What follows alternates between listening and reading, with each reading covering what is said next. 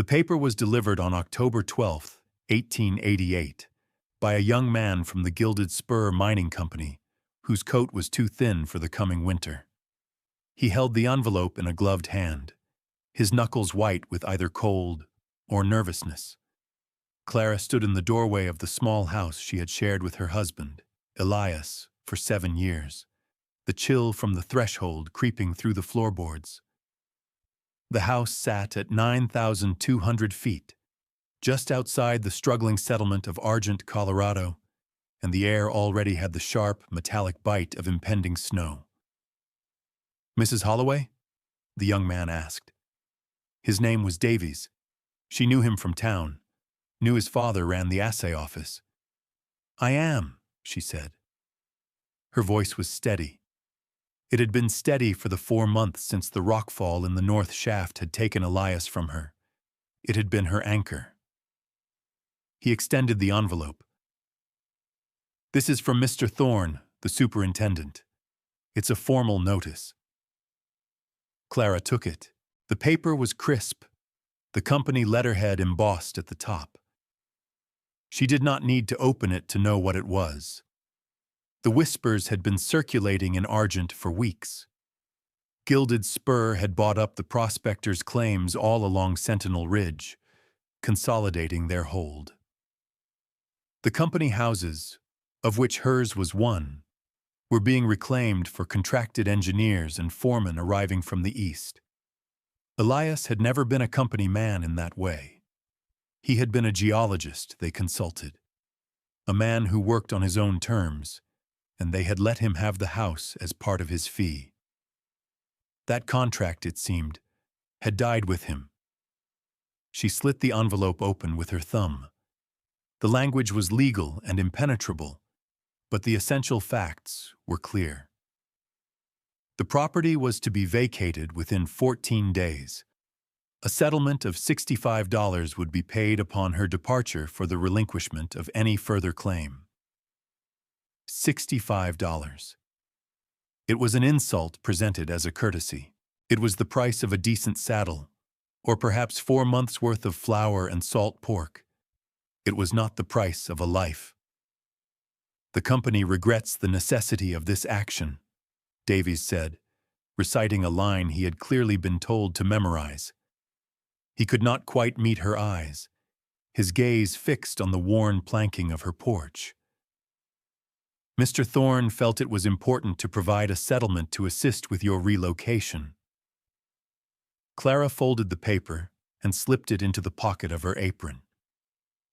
She looked past the boy, to the towering gray granite of Sentinel Ridge, its peaks already dusted with the first snows. The ponderosa pines stood dark and unmoving against the pale sky. She had loved this view. Elias had taught her the name of every peak, every formation. He had read the land like a book, and she had learned to read it with him. "Tell Mr. Thorne I have received his notice," she said. Her composure was a wall, smooth and solid. She would not give this boy, or the company he represented, the satisfaction of her tears. Grief was a private matter.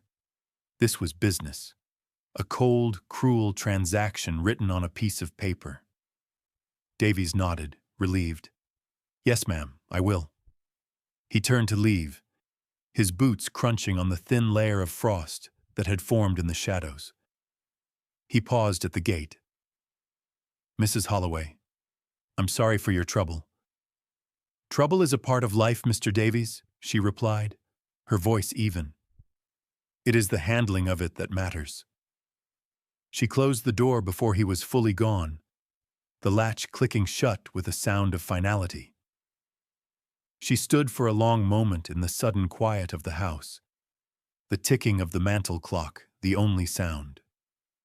The house was filled with Elias, his rock hammer by the hearth, his worn geology texts on the shelf, the faint scent of pipe tobacco that clung to the curtains. In 14 days, all of it would be gone. She walked to the window and looked out at the ridge again.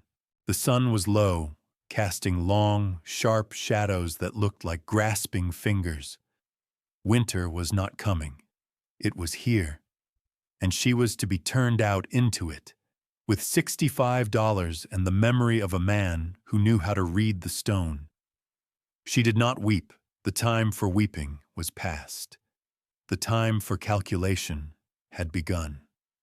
Later that evening, Clara sat at the kitchen table, the source of all her domestic planning, and laid out the facts of her existence as if they were sums in a ledger.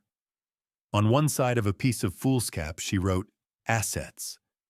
The first entry was the company's offer, $65. Beneath it, she added her own savings, scraped together from selling eggs and mending clothes for the miners' wives. That sum was $22.40. Her total capital was $87.40. She owned a sturdy horse, a 10-year-old mare named Juniper, and a good saddle.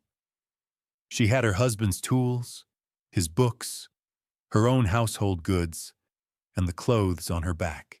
These were the material facts. On the other side of the page, she wrote, "Liabilities." At the top of the list, she wrote her age, 35.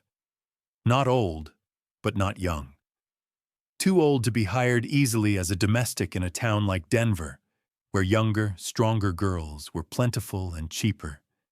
She had no family to turn to.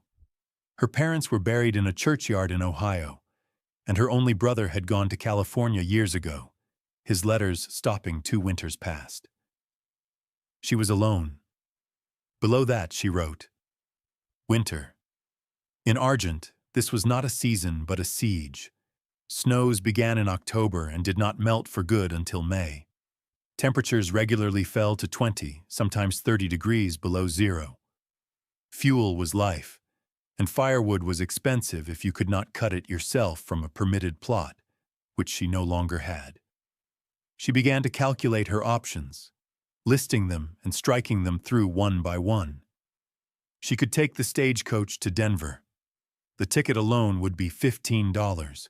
A room in a respectable boarding house would be at least $4 a week, and that was without meals. Her $87 would be gone in less than 4 months, and that presumed she found no work. Finding work was the great uncertainty. She was a good seamstress, a capable cook, and she could keep accounts.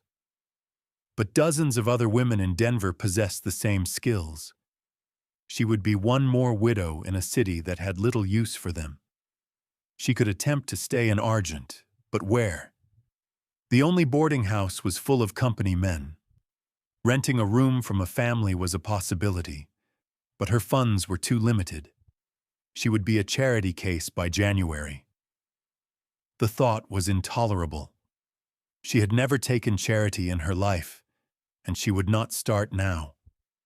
The work available in Argent was tied to the mine. Laundry, cooking, cleaning, all for the men of the Gilded Spur. She could not bring herself to wash the clothes or cook the meals for the company that had so casually and completely erased her life. It was not a matter of pride, but of a deeper, colder principle. She would not serve them. The arithmetic was unforgiving. Her assets were finite, her liabilities immense. The world had presented her with a problem that, by conventional means, had no solution. She would be destitute by midwinter, either in a cold Denver tenement or a drafty room in Argent, dependent on the meager kindness of strangers. She looked at the numbers on the page, the stark accounting of her life, the neat columns, the precise figures. This was the language the company understood. It was the language of profit and loss, of assets and liabilities. And by their calculation, she was a liability to be disposed of. She stared out the window into the deep, star-filled black of the mountain night. The wind was rising, a low moan through the pines. It was a sound that had once been comforting, the sound of a storm coming while she was safe inside, the stove warm, Elias across the table from her. Now it sounded like a threat. Come to her door. A tremor of genuine fear ran through her. It was a cold, clean fear, as sharp as an icicle. It was the fear of a creature about to be left to the elements. She drew a deep breath, letting the cold air from the window pane steady her. Self-pity was a luxury, as unaffordable as a train ticket to a place she did not know. It was a waste of energy. What she needed was not a solution that fit the world's rules, but one that ignored them entirely. She needed a different kind of inheritance. Her gaze fell upon the bookshelf by the hearth, on the row of Elias's journals. They were leather-bound ledgers, filled with his precise, angular handwriting, detailing years of walking these mountains. They were filled with measurements, geological observations, and sketches of rock formations. The world saw them as the notebooks of a dead prospector. She had always seen them as a record of a life lived with extraordinary attention. He had left her no money, no property in his name. But perhaps, she thought, he had left her something else. Clara spent the next 2 days methodically packing her life into crates and trunks. She sorted what she would sell, what she would keep, and what she would leave behind. It was a task of unsentimental triage. The rocking chair her mother had given her, sell. Her wedding china, leave. Elias's tools, his books, her warmest clothes, and a store of dry goods, keep. Amidst this careful dismantling of her home, she reserved the evenings for Elias's journals. She sat by the fire, a mug of weak tea in her hand, and began to read. She started with the most recent and worked her way back. Much of it was technical, filled with terms like igneous intrusion, schistosity, and pegmatite dikes. But woven between the scientific observations were Elias's own thoughts, his appreciation for the stark beauty of the high country. He described the way the light hit a particular rock face at dawn, the taste of water from a hidden spring, the silence of a snow-filled forest. It was like hearing his voice again, calm and patient, teaching her to see. On the second night, working through a journal from 2 years prior, dated August 1886, her fingers stilled on a particular page. The entry was titled, simply, Sentinel Ridge, South Face. He described a survey he had conducted on his own time, exploring a section of the ridge the mining companies had ignored, deeming it geologically unpromising. He wrote of a granite overhang, a natural rock shelter hidden by a stand of old-growth aspen and a significant scree slope. The formation is unimpressive from a distance, he had written in his neat, sloping script. But the interior is remarkable. A chamber roughly 20 feet across and 12 deep, with a ceiling height of nearly 9 feet at the mouth, sloping down to 5 at the back. The entrance faces due south, a perfect orientation for passive solar gain in winter. The mass of the granite overhead would provide exceptional thermal insulation. A vertical fissure at the rear could serve as a natural chimney. Clara leaned closer to the lamplight, her heart beginning to beat a little faster. He had drawn a small, detailed sketch of the overhang's layout. He noted the dry floor, the good drainage of the surrounding slope, and the presence of a small, protected nook on the east side, out of the prevailing wind. It was not a prospector's assessment of mineral wealth. It was an engineer's assessment of shelter. And then she saw the final paragraph, written almost as an afterthought. Called it Elias's folly to myself. No gold, no silver to speak of, though I noted a curious quartz intrusion veined with what looked to be high-grade argentite near the western wall. Not enough to warrant a claim, a pocket too small for a company to bother with, but a geological curiosity. The real value of the place is not what's in the rock, but the rock itself. A man could winter there, if he had the will. She read the line again. A man could winter there, if he had the will. He hadn't been writing about himself. Elias had loved this house, their life together. He had been making an observation, a geologist's note on the properties of the land. He could not have known that he was leaving her a map, a key, an inheritance far more valuable than a deed or a bank account. He was leaving her knowledge. He was leaving her a place. The cruelty of the gilded spur had left her with nothing, but Elias, in his quiet, methodical way, had left her everything she needed. She closed the journal and held it to her chest. The fear she had felt the night before was gone, replaced by a cold, hard clarity. The world had offered her a set of unacceptable choices. She would now choose her own. She would not go to Denver. She would not beg for a room in Argent. She would take her $87 and her husband's knowledge, and she would go to the one place that was left to her. She would go to Elias's folly. The name was a misnomer. It was not a folly. It was her salvation. She was not a man, but she had the will. She had to. It was all she had left. The next morning, Clara loaded Juniper with a pickaxe, a shovel, a small canvas sack of food, and Elias's journal. She left the house unlocked, the crates of her belongings stacked neatly on the porch for the wagon she would hire later. She did not look back. The expedition to Sentinel Ridge was a 4-mile walk, gaining nearly 1,000 feet in elevation.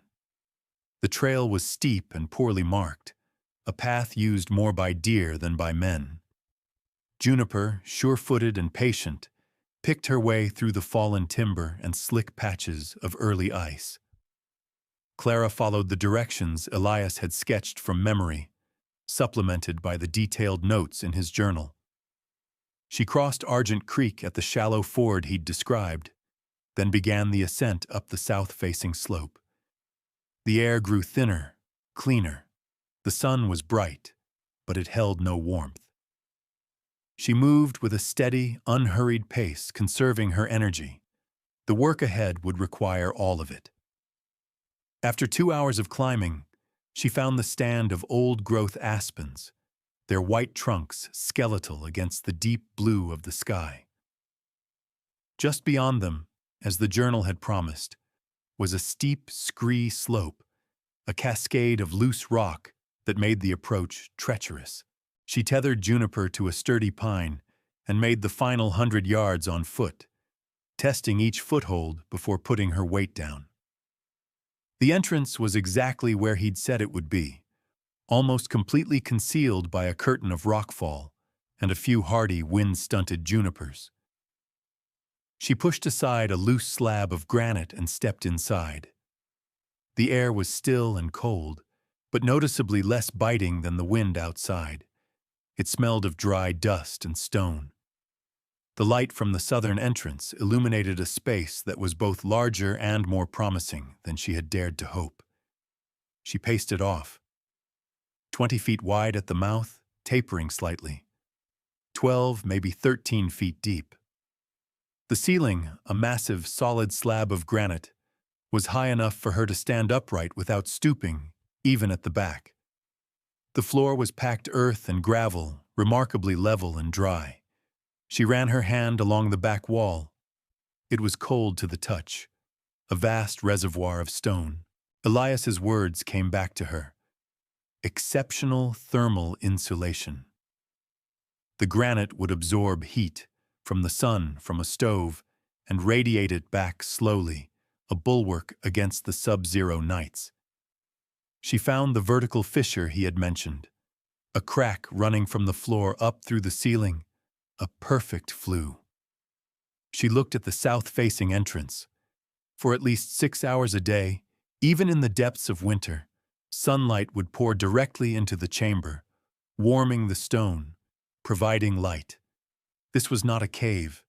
It was a foundation. It was a structure waiting to be completed. She walked to the western wall, and after a moment of searching, found it. A thick, milky white vein of quartz, shot through with glittering black threads. Elias's geological curiosity. It was beautiful, a dark lightning bolt frozen in the stone. She touched it, the rock cold and solid under her palm. It was a reminder of him, of his eye for the hidden value in things. Clara stood in the center of the space, turning a slow circle.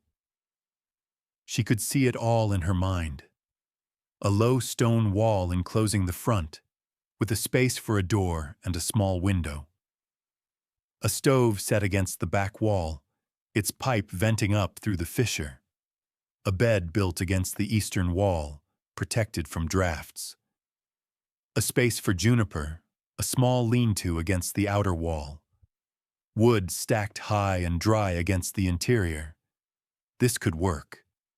This could actually work. It would be brutally hard labor, a race against the first heavy snow, but it was possible. For the first time in months, a feeling that was not grief or fear or grim determination settled in her. It was a quiet, fierce spark of hope. She had not been cast out. She had been given a new starting point. This place, Elias's Folly, would be her fortress. The following day, Clara rode Juniper into Argent, her face set with a purpose that left no room for questions. She hitched the mare outside Porter's Mercantile, the largest and best-stocked store in the settlement. Silas Porter was a man in his late 60s, with a fringe of white hair and hands permanently stained from 100 different commodities. He had been a friend of Elias's, the two of them often sharing a pipe on the store's front porch in the evenings, talking about geology and the unforgiving nature of the mountains. He had offered his condolences after the accident, his words simple and sincere. Clara walked in, the bell above the door announcing her arrival. The store smelled of canvas, coffee, and coal oil. She had a list, written out on the back of a receipt. She did not waste time with pleasantries. "Mr. Porter," she said, her voice clear and direct, "I need to purchase some supplies." He leaned on the counter, his expression one of polite inquiry. "Of course, Clara. Whatever you need." She began to read from her list, and with each item, his eyebrows rose a fraction of an inch higher. 1 good shovel, a pickaxe, the heavy one, a 10-pound sledge, a handsaw, 20 pounds of 10-penny nails, 200 feet of rope, a cast-iron prospector's stove, the small one with the flat top, 20 feet of stovepipe and an elbow joint, a 50-pound sack of flour, 20 pounds of beans, 10 pounds of salt pork, 5 pounds of coffee, a large canvas tarp, the heaviest you have." She paused, mentally tallying the cost. It would take nearly all of her money. Silas Porter said nothing for a long moment. He looked at the list, then at her face. He saw no desperation there, only resolve. He was a man who had lived in the high country his entire life. He recognized the look of someone preparing for a long winter, but this was different. This was not stocking a cabin. This was building one from scratch, or something close to it. He did not ask her where she was going. He did not mention the eviction notice, though the news was all over town. He simply respected the hard line of her jaw and the clarity in her eyes. "The shovel will be $4, he said, his voice practical. "Pickaxe is $3, the stove is $12, and the pipe will run you another $3. All told, with the provisions, it will come to $68.50. It was more than the company's entire settlement. It was the majority of her capital. "I'll also need a wagon to haul it, and my things from the house," she said. "As far as the Argent Creek Ford." "Another $5, he said, already moving to gather the items. "I'll have my boy Henry load it up." As she counted out the money onto the worn wooden counter, Silas paused. He went into the back room and returned with a small wooden crate. Lantern wicks, a full tin of kerosene, 2 bars of lye soap, and a box of sulfur matches. No charge. He then picked up a heavy sack from beside the door. And this, 100 pounds of oats for the mare, on the house. A winter is hard on man and beast. Clara looked at him, her throat tightening for the first time. It was a small kindness, but it felt immense. He was not offering pity. He was offering practical support, a professional courtesy from one survivor to another. He saw what she was attempting, and he was making a quiet investment in her success. "Thank you, Silas," she said, the words feeling inadequate. "Elias was a good man," he replied, as if that explained everything. He knew the difference between rock that pays and rock that holds. "Looks like you do too." He finished tallying her bill. "Henry will have the wagon ready in an hour. He'll help you load your crates." She nodded, took her receipt, and walked out into the cold, bright sunlight. She had spent nearly everything she had. Her $87 had been transformed into tools, food, and shelter. The transaction was complete. Now the labor would begin. The construction of her shelter was a relentless, punishing dialogue between her will and the unyielding realities of stone, timber, and gravity. For 34 consecutive days, from the first pale light of dawn until her muscles screamed in the violet dusk, Clara worked. She was not a carpenter or a stonemason, but she was Elias's student. He had taught her the principles of structure, of load-bearing, of finding the natural strength in materials. Her first task was to clear and prepare the site. She used the pickaxe and shovel to level the earthen floor of the shelter, removing loose rocks and creating a smooth, packed surface. She then cleared a wide area in front of the overhang, creating a workspace. The labor was grueling, each swing of the pick jarring her shoulders, each shovelful of rock a significant weight at that altitude. By the end of the first week, her hands were a geography of blisters and calluses, and every muscle in her back and arms ached with a deep, resonant fire. The heart of the project was the wall. She would enclose the 20-foot-wide entrance with a dry stack stone wall, leaving openings for a door and a small window. The raw material was abundant. The scree slope that concealed the shelter was a quarry of granite, weathered into manageable sizes. Her days took on a rhythm: gather, lift, place.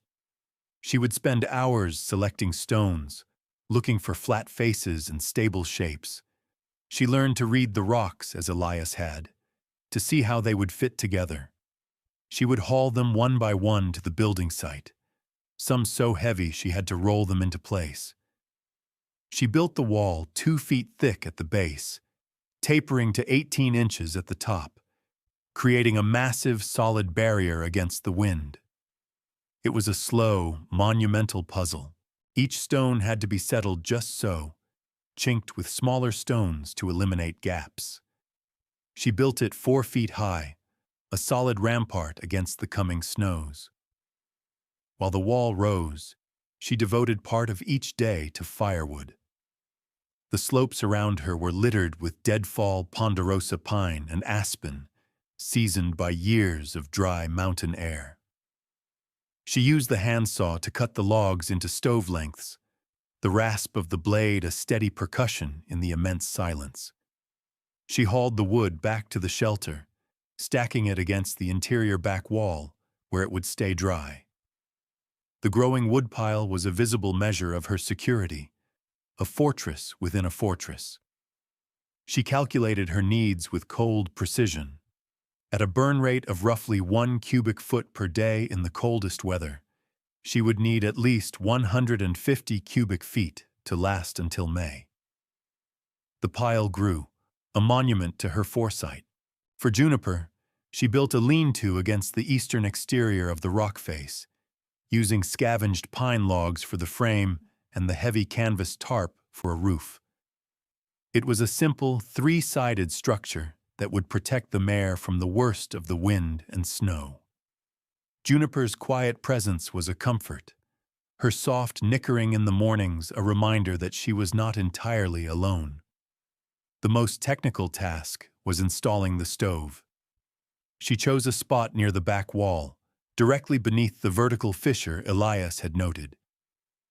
She built a raised hearth of flat stones to protect the floor, then wrestled the 100-pound iron stove into place. With Henry's help from the provisioning trip, she had hauled the stovepipe sections up the mountain. Now she fitted them together, running the pipe straight up into the fissure. She used a mixture of clay and small stones to seal the gaps around the pipe, creating a fire-safe, efficient chimney.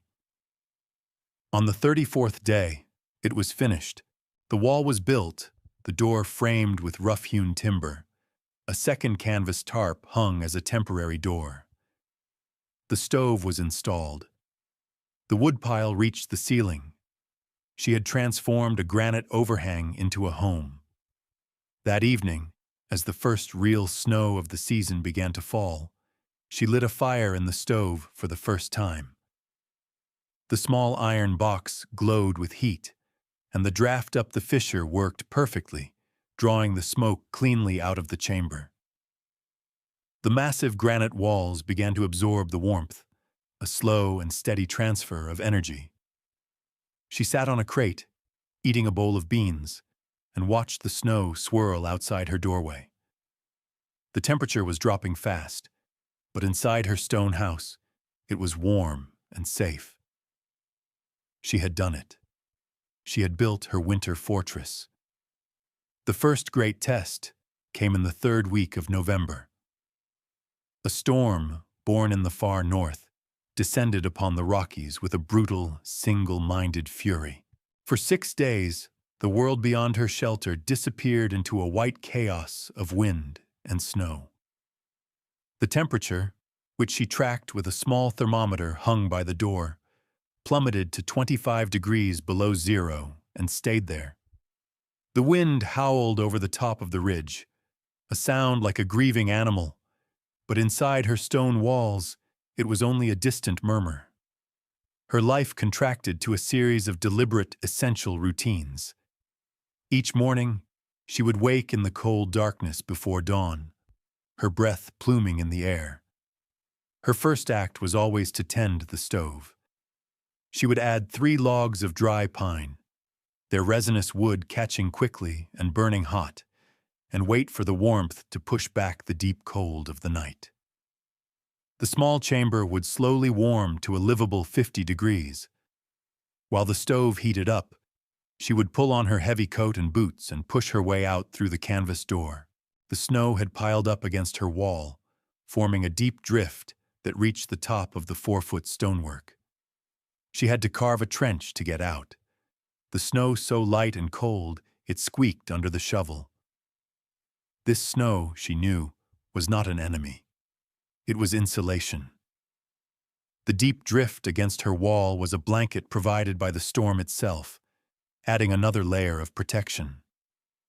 She would check on Juniper in her lean-to. The mare was hardy, her winter coat thick. The small shelter kept the wind off her, and Clara made sure she had fresh water, melted from snow on the stovetop, and a ration of the oats Silas Porter had given her.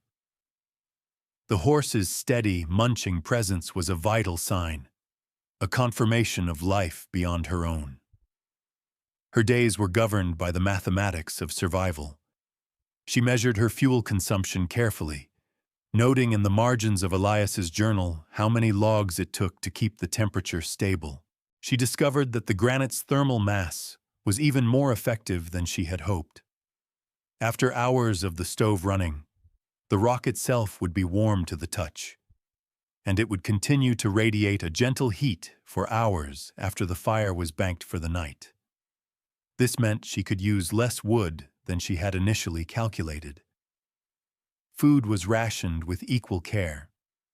A cup of flour for flatbread, a handful of beans, a small piece of salt pork. Coffee was a luxury, brewed once in the morning. Water came from melting the clean, deep snow from the upper drifts.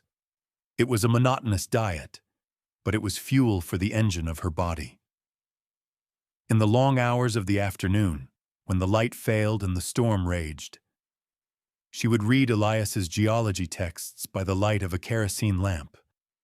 She was not just passing the time. She was studying, learning the language of the rocks that surrounded her, understanding the deep forces that had shaped her refuge. On the sixth day, the storm broke, the wind died, and a profound, crystalline silence fell over the landscape. Clara stepped outside into a world transformed. The snow was 6 feet deep on the level ground, sculpted by the wind into fantastic dunes and drifts. The sky was a fierce, painful blue, and the sun on the snow was blinding.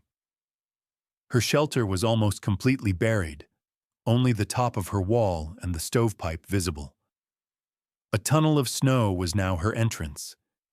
She looked out over the vast, white wilderness. There was no sign of human life, no smoke from the chimneys in Argent, nothing. She was utterly alone, but she was not afraid. She was warm. She had food. She had fuel. The shelter had worked.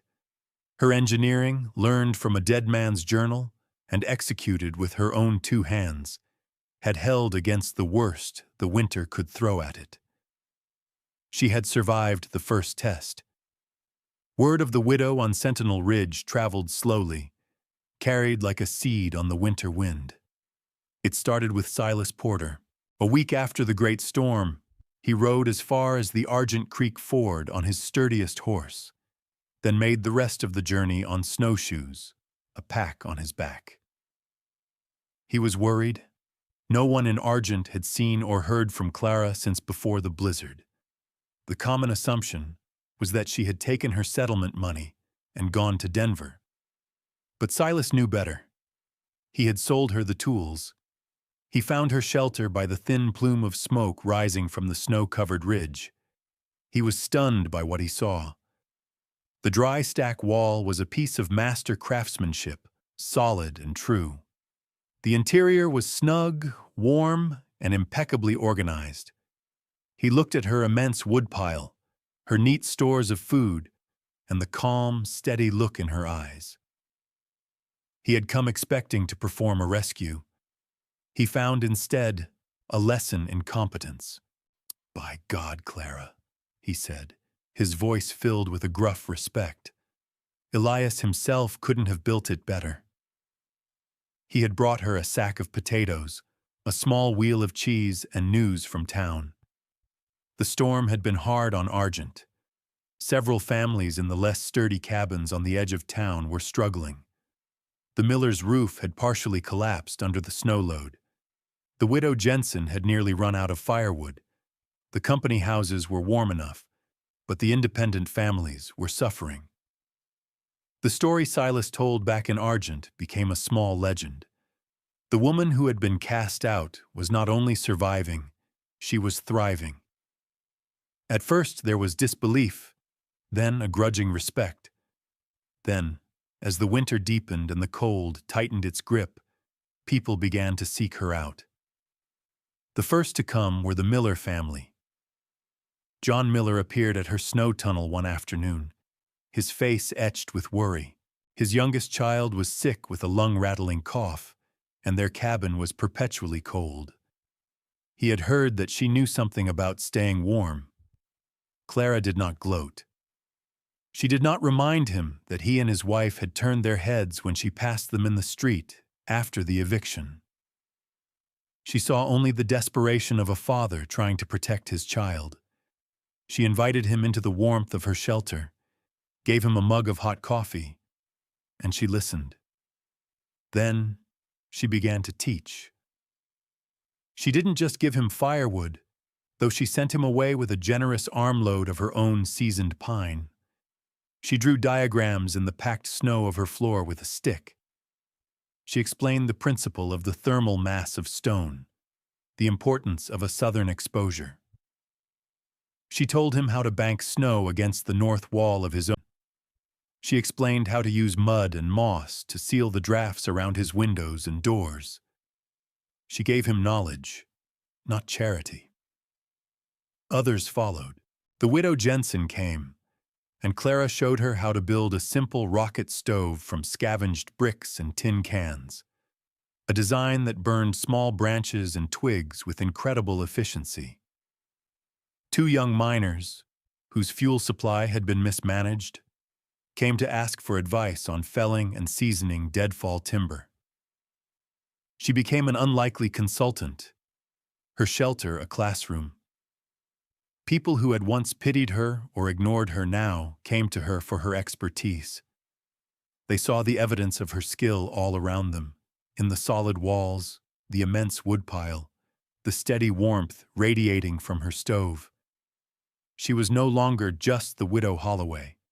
She was the woman on the ridge, the one who understood the cold and knew how to defeat it. Her vindication was not a matter of law or money. It was practical, earned, and shared freely with the very community that had allowed her to be cast aside. In late January, the Gilded Spur Mining Company's operations on Sentinel Ridge ran into a series of catastrophic problems. A ventilation shaft in their new primary tunnel collapsed, trapping a crew for 6 hours. A week later, a section of the main drift began to flood from an unforeseen aquifer. The company's engineers, men with degrees from Eastern schools, were baffled. Their geological surveys had shown the rock to be stable. Their projections were wrong, and the errors were costing the company thousands of dollars a day in lost productivity and repairs. In desperation, the superintendent, Mr. Thorne, hired an independent consulting geologist from Denver to assess the situation. His name was Arthur Arkwright, a quiet, methodical man in his 40s, with a national reputation for solving difficult geological puzzles. Arkwright spent a week examining the company's mines, core samples, and survey maps. He quickly concluded that their understanding of the local geology was fundamentally flawed. They were drilling through a complex formation of faulted granite and schist that their maps failed to show. While in Argent, Arkwright heard the stories of the woman living in a cave on the south face of the ridge. The tales were told with a mixture of awe and local pride. They said she had built a house of stone that was warmer than any cabin in town. Intrigued by this local curiosity, and suspecting that anyone living so intimately with the rock might have something to teach him, he hired a guide and made the trek to her shelter. He arrived to find Clara splitting firewood with a practiced, efficient rhythm. She stopped when she saw him, her expression wary but not hostile. Arkwright introduced himself, explaining his purpose with a straightforward professionalism that she appreciated.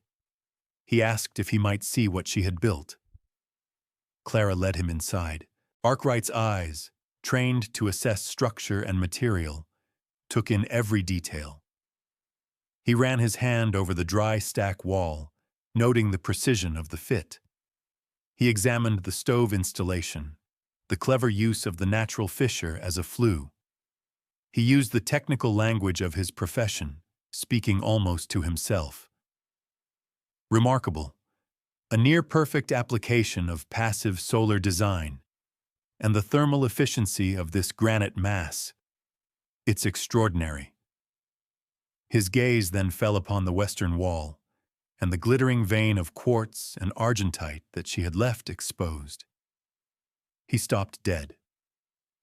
He walked over and examined it closely, pulling a small geologist's loupe from his pocket. "Good heavens," he breathed. "That's an exceptionally rich seam of argentite. Where did you find this?" "It was here when I came," Clara said simply. "My husband noted it in his journals." Arkwright's head snapped up. "Your husband was Elias Holloway?" Clara nodded. "I knew his work by reputation. Arkwright said, his voice filled with a new level of respect. He published a paper on the metamorphic formations of this region. Might I see his journals? Clara retrieved the leather-bound ledger. Arkwright handled it with a reverence she understood completely. He turned the pages, his eyes scanning Elias's precise script and detailed sketches.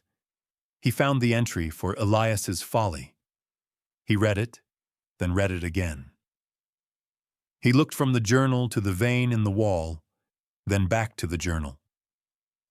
A look of dawning comprehension spread across his face.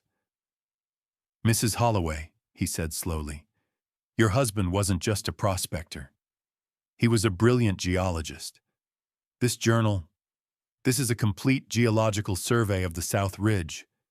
It documents the very fault lines and intrusions my colleagues have missed. He saw it all, the instability, the water tables, it's all here." He looked at her, his professional excitement tempered by the gravity of the situation. "The Gilded Spur evicted you from your home," he stated, not as a question, but as a fact he was piecing together. "They did it because they believed their claim to this ridge was absolute, based on their own flawed surveys. But this journal proves prior discovery, not just of this small seam, but of the entire geological context that governs this ridge. This document, Mrs. Holloway, is not just a notebook. It is evidence. It is, in its own way, a deed." The expert's recognition was not what gave her work value. She knew its value in her bones, in the warmth of her shelter against the winter night. But his words opened a door back into the world that had cast her out, but on her own terms. He saw what she had done, not as a desperate act of survival, but as a feat of applied engineering. And he saw what Elias had left her, not as a curiosity, but as a legal and scientific claim. The reckoning was about to begin. Arthur Arkwright returned to the Gilded Spur Mining Company's office in Argent, Elias Holloway's journal tucked securely in his satchel. He requested an immediate meeting with Superintendent Thorne. In the cold, formal office, surrounded by the company's inadequate maps, Arkwright laid out his findings. He did not speak of morality or cruelty. He spoke the language the company understood: geology, engineering, and financial liability. He explained that the company's mine was structurally unsound because it was built on a profound ignorance of the local rock.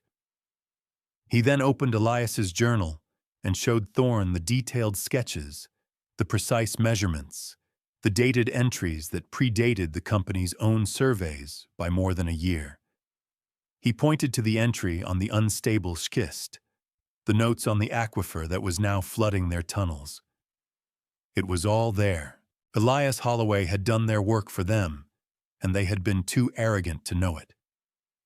"This journal," Arkwright concluded, his voice calm and authoritative, "constitutes a prior claim based on documented discovery, not just to the silver seam in his wife's shelter, but to the intellectual property of the Geological Survey itself. Mrs. Holloway is in possession of the key to mining this ridge safely and profitably. Without it, you will continue to have collapses and floods. It is my professional opinion that you are legally and financially exposed." Thorne, a man accustomed to wielding absolute power in his small domain, was pale. He saw the potential for lawsuits from injured miners, for investigations from federal regulators, for the ruinous expense of trying to engineer a solution they did not understand. He saw that the widow he had dismissed with a $65 settlement now held the future of his operation in her hands. The company's offer came 2 days later, delivered not by a nervous young clerk, but by Arkwright himself. He rode up to the shelter and sat with Clara by her stove, laying out the terms. The Gilded Spur offered to buy the rights to Elias's journals and the mining claim they represented. They also offered a full public apology and the deed to her former house in town, free and clear. The price they were willing to pay for the knowledge was $15,000. It was a fortune, an amount of money that could change a life completely. Clara listened without expression. The money was a tool, a means to an end. The house was a symbol, but neither could replace what had been lost. The years with Elias, the peace that had been stolen. The cost of her survival was written in the calluses on her hands and the solitary months etched into her memory. "There is one more condition," she said, her voice steady.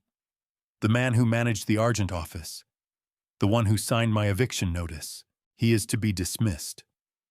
Arkwright nodded. "That has already been done." She accepted the offer. The transaction was handled through a Denver lawyer Arkwright recommended. The money was deposited in a bank. The deed was placed in her name. The local manager who had treated her with such casual disdain was fired and left town in disgrace. The reckoning was quiet, administrative, a series of papers changing hands. There was no triumphalism, no celebration. Justice, she found, was a colder and more practical affair than revenge. She did not move back into the house in town immediately. Instead, she used a portion of the money to buy Porter's Mercantile when Silas decided to retire that spring. She ran the store with the same quiet competence and practical wisdom she had applied to her own survival. She became a pillar of the community, the one people turned to not just for supplies, but for advice on how to weather the hardships of the high country. But she never abandoned the shelter on Sentinel Ridge. Every autumn, before the first snow, she would ride Juniper up the trail and spend a week stalking it.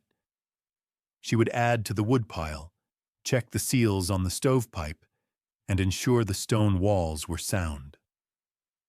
The place remained hers, kept ready, a testament to her own resilience. It was a reminder that she would never again be dependent on the whims of a company or the fickle goodwill of a town. She had not been rescued. She had rescued herself. The shelter was not a monument to her suffering, but to her strength. She was Clara Holloway, the woman who had faced the cold, the cruelty, and the calculation, and had met them all with her own.